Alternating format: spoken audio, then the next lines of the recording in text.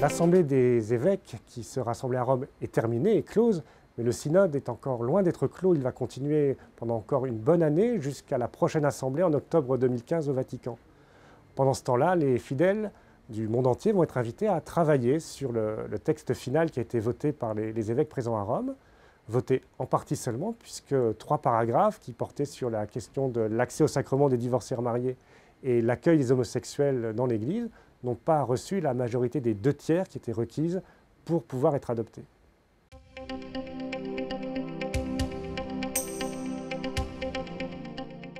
Le pape François voulait un débat sur un certain nombre de questions qui lui tenaient à cœur sur la famille.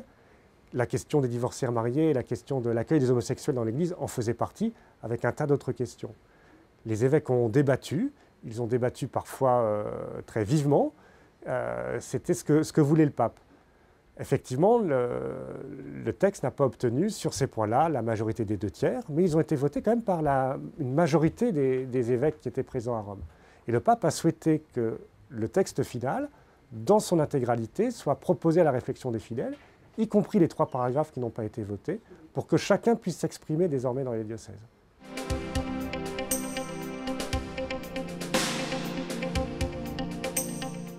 Alors, le pape veut ce mouvement, le pape veut ce débat.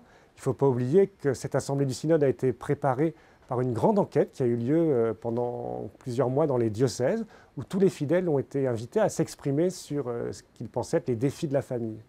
Aujourd'hui, le pape renvoie finalement le résultat de cette réflexion des évêques aux diocèses, aux fidèles, et c'est eux qui vont être amenés à interroger leurs évêques sur ce texte, éventuellement à leur demander pourquoi, selon eux, ce texte va peut-être trop loin ou pas assez loin, leur demander de leur expliquer pourquoi aussi ils n'ont pas trouvé le consensus sur un certain nombre de points.